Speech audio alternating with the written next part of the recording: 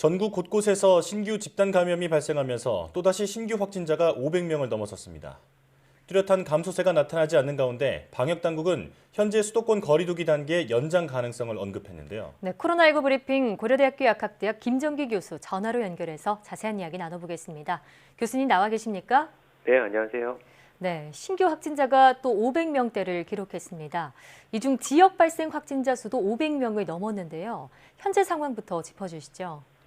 지난 2주간 경향성을 보면 11월 18일 300명대를 보이기 시작하여 실제로 하루는 200명대를 보인 적이 있고요. 현재까지 그날을 빼놓고는 2주간 한 300명에서 500명 사이 일일 신규 확진자를 보이고 있습니다. 예.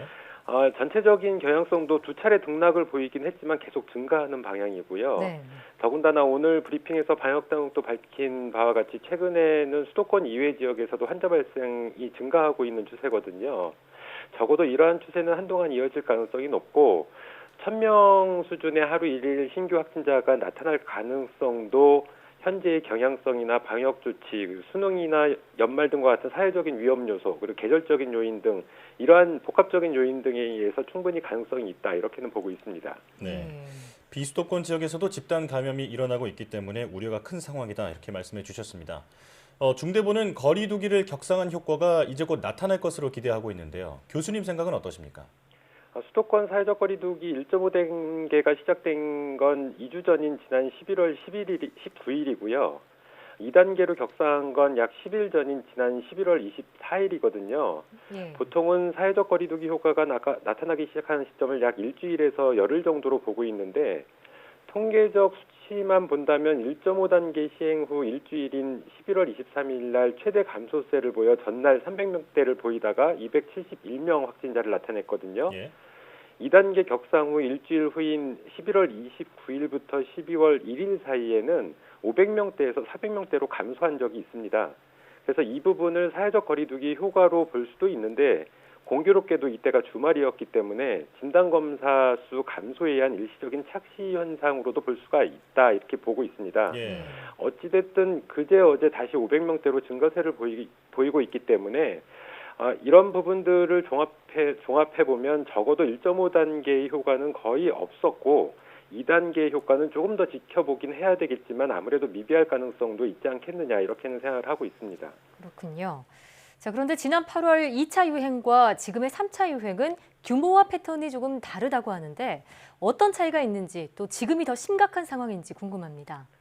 지난 8월 2차 유행 때를 말씀하셨는데 실제로 지난 2, 3월에 있었던 1차 대유행 때부터 살펴보면 1차 대유행 때는 물론 최대 하루 일일 신규 확진자가 900명에 달하는 때도 있었습니다. 예. 그만큼 대규모로 집단 감염이 발생을 했는데 당시에는 신천지라고 하는 특정 종교단체를 중심으로 발생을 하였거든요. 예. 그래서 오히려 방역이나 확산을 통제하기에는 비교적 용이한 측면이 있었다, 이렇게 보고 있고요.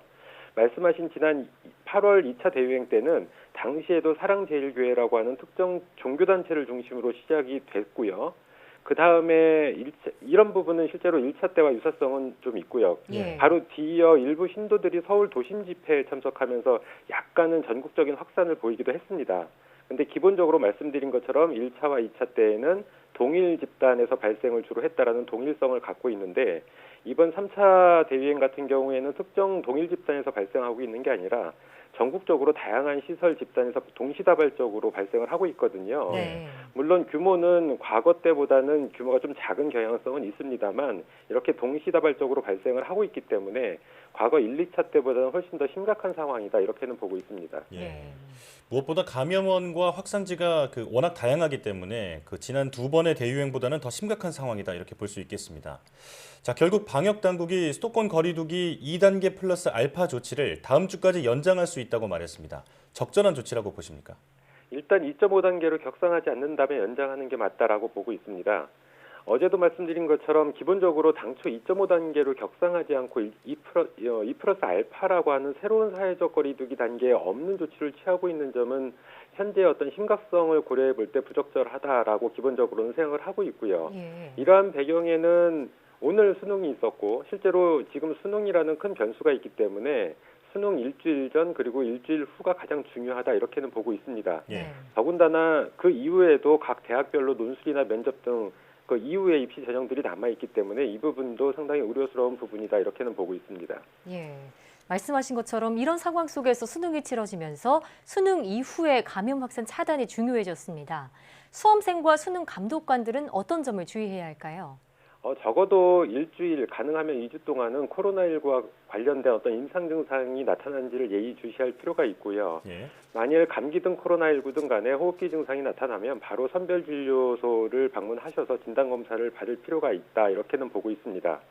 그리고 만약에 이런 호흡기 증상이 없더라도 가급적 해당 기간 동안, 그러니까 앞으로 일주일에서 2주 동안은 검증된 보건용 마스크를 잘 착용하시고요.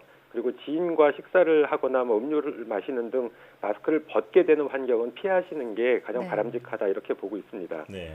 더불어서 오늘 방역당국에서 이번 수능 감독관들을 대상으로 원하면 무료 진단 검사를 시행하겠다라고 발표를 했거든요. 예. 예. 그 날짜를 내일과 모레로 잡고 있는데 이 날짜는 너무 빠르다 이렇게 생각을 하고 있습니다. 잠복기가 있을 수 있기 때문인가요? 그렇죠. 감염 초기에는 진단 검사를 PCR로 하더라도 위음성이 나올 가능성이 충분히 있기 때문에 예. 적어도 하루 이틀은 더 연장하는 게 맞겠다라고 생각을 하고 있고요. 예. 그 이후에도 최대 2주까지는 호흡기 증상이 있을 때에는 이번 시험과 관련된 분들에 대해서는 무료 진단 검사를 시행하는 게 맞겠다 이렇게는 보고 있습니다. 네.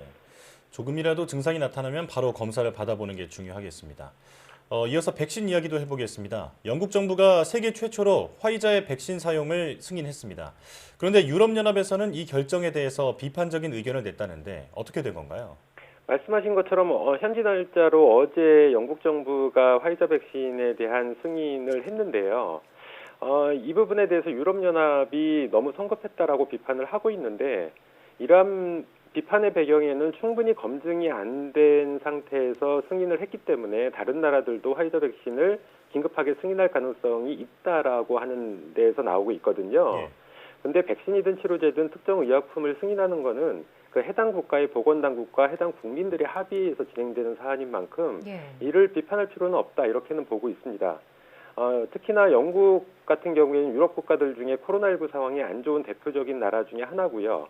그리고 실제로 승인 전에는 나름대로 영국 보건당국에서 나름 사전 검토를 충분히 하지 않았을까 이렇게 생각을 하고 있습니다. 예. 오히려 이런 비판에는 실제로는 이런 백신에 대한 부분 이외에도 영국이 EU에서 탈퇴한 부분이라든가 이런 부분들이 EU하고 대립관계가 있기 때문에 나오는 배경이 아닐까 이런 생각을 가지고 있고요. 예. 이 부분보다는 실제로는 화이자든 모더나든 아스트라제네카든 일단 지금 다 예방률, 방어율만 가지고 어떤 데이터를 제시를 하고 있는데 실제로는 구체적인 임상 3상 결과를 모두 공개적으로 제시하지 않고 있거든요. 그래서 이 부분이 더 제가 보기에는 따져볼 필요가 있다 이렇게는 보고 있습니다. 네. 자, 우리 정부는 아스트라제네카와 백신 계약을 체결한 상태인데 국내 백신 수급은 안심해도 되는 상황일까요? 말씀하신 대로 우리 정부가 오늘 아스트라제네카와 계약서에 서명을 했다라고 발표를 하고 있는데 예. 아직까지는 계약 물량이나 공급 시점 등 구체적인 계약 상황이 알려져 있지 않습니다. 그래서 이 부분이 다음 주에 발표될 예정인데요. 이 부분, 그러니까 발표될 때까지는 좀 기다려봐야 되지 않을까 이렇게 생각을 하고 있는데 예. 이것도 이 부분이지만 실제로는 아스트라제네카 백신이 최근에 임상시험 등에서 논란이 있으면서 추가적인 임상시험 계획을 밝혔거든요. 네. 더군다나 이 아스트라제네카 백신은 아데노바이러스 전달체를 이용한 DNA 백신 형태이기 때문에 아무래도 3차 접종 시에는 효능이 급격히 감소할 가능성이 충분히 있습니다. 그래서 이번 계약과 별도로 만약에 3차 접종 시에 효능이 감소하는 현상이 발생할 것을 대비해서 이 부분에 대한 대비책도 마련할 필요가 있다 이렇게는 보고 있습니다. 예. 자, 오늘도 전문가와 함께 코로나19 상황 살펴봤습니다. 지금까지 고려대학교 약학대학 김정희 교수와 함께했습니다. 교수님 오늘 말씀 고맙습니다. 네, 감사합니다.